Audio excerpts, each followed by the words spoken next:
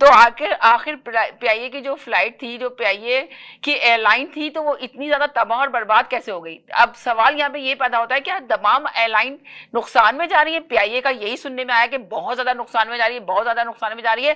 آخر اس طرح کر کے کہ انہوں نے کہا کہ اس کو سیل کر دیتے ہیں پی آئی اے کو.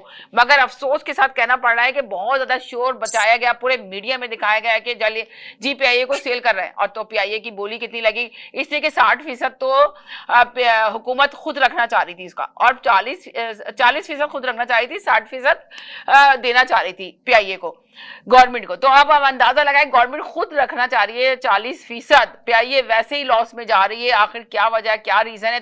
تمام ایئر لائن تو نقصان میں نہیں جا رہی جتنا پی آئی اے نقصان میں جا رہی تھی.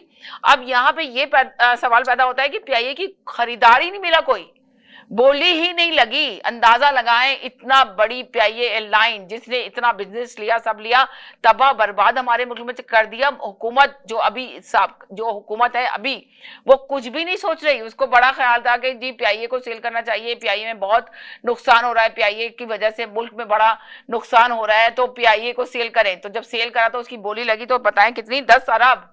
آپ سوچیں 85 ارب کم سے کم اس کی مالیت تھی، مگر لگی کیا بولی، 10 ارب. تو سوچیں اس میں حکومت کو بھی اپنا حصہ چاہیے تھا. پوری سمجھے دنیا میں کتنی جگہسائی ہوئی ہے، پوری دنیا میں مذاق ہو گیا. اور ایک طرف آپ دیکھیں کہ جو چپکے چپکے جو ہے نا 27ویں آئینی ترمیم کی تیاری کر رہی ہے حکومت.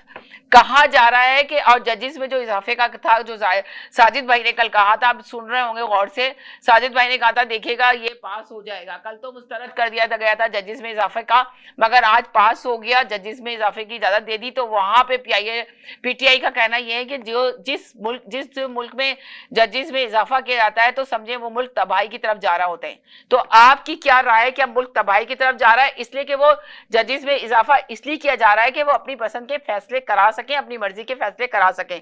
تو سوال یہاں پہ یہ پیدا ہوتا ہے، تو آپ بتائیے کیا حقیقت میں ملک تباہ اور بربادی کی طرف جا رہا ہے؟ اور ایک طرف کہا جا رہا تھا کہ جے یو آئی اور پی ٹی آئی میں بہت نااتفاقی ہو گئی ہے، مگر اب سننے میں آ رہا ہے کہ عمران خان نے بھی فضل الرحمان کے لیے بہت زیادہ اچھے الفاظ میں ان کو یاد کیا، اور علی امین گنڈا پور نے بھی خوشگوار ماحول میں ان کو یاد کیا گیا ہے.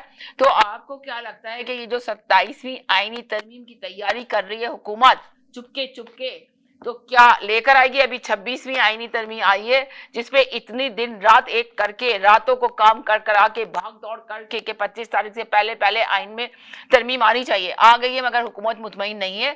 تو آخر کیا وجہ ہے، کیا ریزن ہے؟ اس پہ گفتگو کریں گے. سب سے پہلے زیدی بھائی کو لیتے ہیں. جی ہیلو جی، السلام علیکم زیدی بھائی، کیا حال ہے، کیا کہیں گے آپ؟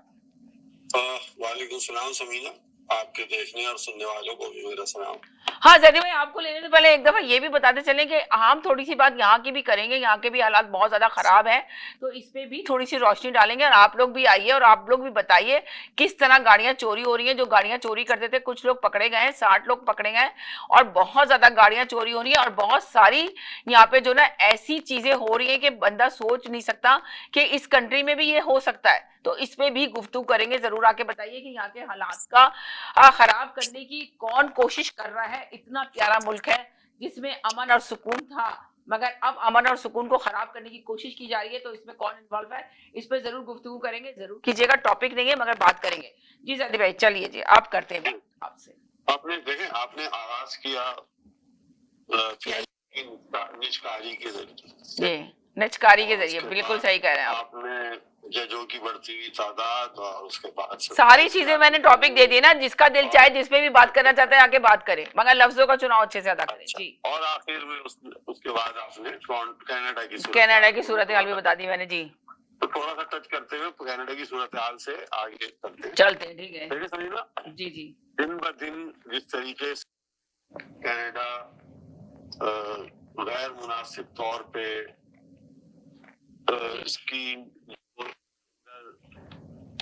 یہ ملک امن کا ملک کہلاتا تھا، جی، جو ملک بہت پرسکون، صحیح پرسکون ملک میں سے ایک ملک ہوا کرتا تھا، اس کے دن بہ دن آپ دیکھیں ایک کس طریقے سے اس کے اندر کیسے یہاں بھی ایک غیر یقینی صورتحال پیدا ہوتی چلی جاتی. جی آج ہی آپ نے دیکھا ہوگا کہ گورنمنٹ کی طرف سے اطلاع کی گئی ہے کہ تقریباً 370 یا 360 کے قریب چوری کی ہوئی گاڑیاں برآمد کی گئی ہیں، ہوں اس میں 60 کے قریب 59